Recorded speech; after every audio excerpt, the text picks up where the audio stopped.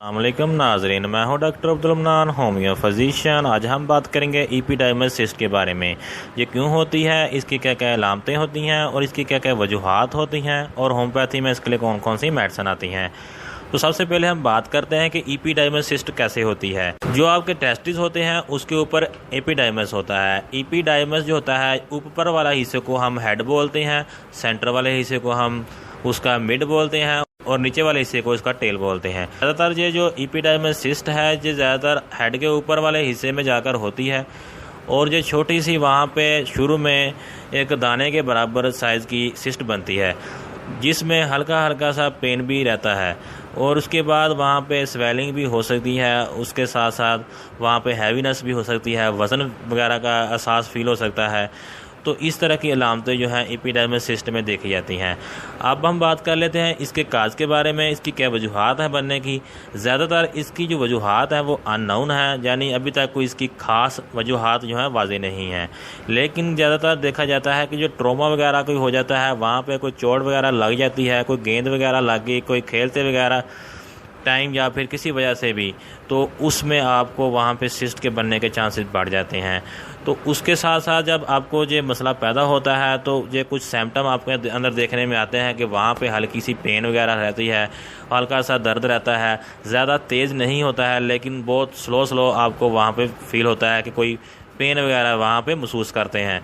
उसके साथ वहाँ पे हैवीनेस फील होती है, वहाँ पे रेडनेस फील होती है, टेंडरनेस फील होती है। इस तरह की अलामतें जो है हो सकती हैं। इसकी तशख़ीस के लिए आप अल्ट्रासाउंड करवा सकते हैं जिसमें आपको आसानी से समझ आ जाती है कि एपिडाइमस सिस्ट है या नहीं है। उसके अलावा आप घर में भी इसका मायना चेक कर सकते हैं हाथ के ज़रिए और लाइट वगैरह लगाकर वहाँ पे रोशनी के ज़रिए वहाँ पे गुजार कर भी इसको वाज़ेह कर सकते हैं कि वहाँ पे कुछ सिस्ट वगैरह बनी है या नहीं है। तो ये आस्ता आस्ता तो उसका साइज़ थोड़ा सा बढ़ भी सकता है और इसके अंदर जो है कि फ्लूइड भरा होता है, वो फ्लूइड जो होता है पानी की शक्ल का होता है। यानी ये जो सिस्ट है ये गोल होती है और छोटे साइज़ की होती है और उसके अंदर पानी भरा होता है। बार दफ़ा स्पर्मोसेटल सिस्ट होती है जिसमें स्पर्म वगैरह भी होते हैं और अगर एपिडाइमस सिस्ट हो तो उसमें स्पर्म वगैरह बिल्कुल नहीं होते हैं। तो ये इसका तरीक़ाकार होता है जांचने के लिए।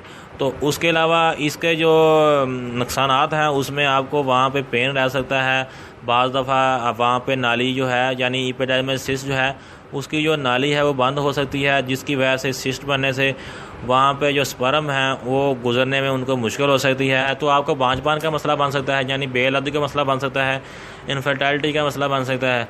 तो इस तरह की अलामतें जो हैं एपिडाइमस सिस्ट में देखी जाती हैं। एपिडाइमस सिस्ट जो है ज़्यादातर एलोपैथी में इसका इलाज जो है वो सर्जरी के ज़रिए करते हैं और सर्जरी के ज़रिए ही इसको ट्रीट करते हैं उसको निकालने के लिए।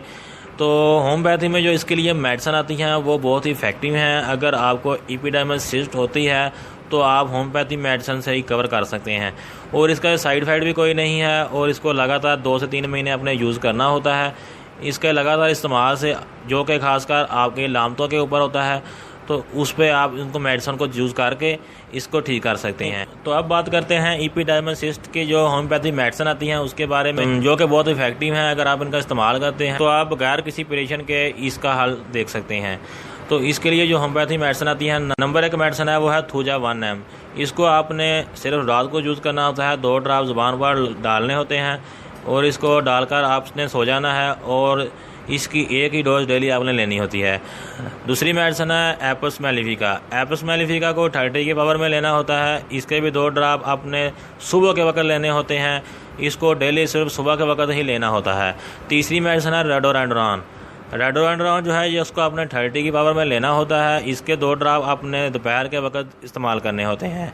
यानी ये तीनों मेडिसिन जो हैं इनको आपने अलग अलग टाइम पे ही यूज़ करना होता है। उसके अलावा कलकेरिया फ्लोआ 6S के नाम से मेडिसिन आती है, उसको आपने इस्तेमाल करना होता है। उसकी 6 टैबलेट दिन में 3 टाइम आपने इस्तेमाल करनी होती हैं, जिनके लगातार इस्तेमाल से आपकी एपिडाइमस सिस्ट जो है मुकम्मल तौर पर ठीक हो जाती है और उसमें जो भी किसी तरह का भी फ्लूइड भरा हुआ है वो वहाँ से खारिज हो जाता है, जिस वजह से सिस्ट जो है वहाँ से चली जाती है और बगैर किसी परेशान के, बगैर किसी साइड इफ़ेक्ट के आप इसका नेचुरल तौर पर इलाज कर सकते हैं। तो ये था आज का वीडियो। मिलते हैं नेक्स्ट वीडियो में। वीडियो अच्छे लगे तो लाइक लाजमी कर दें और चैनल को सब्सक्राइब लाजमी कर दें। और इसके अलावा किसी को समझ ना आए तो कमेंट सेक्शन में मैसेज कर सकते हैं। मेरा व्हाट्सअप नंबर आपको वीडियो के डिस्क्रिप्शन में मिल जाएगा, वहाँ से आप मुझे व्हाट्सअप भी कर सकते हैं। तो मिलते हैं नेक्स्ट वीडियो में। Thanks for watching.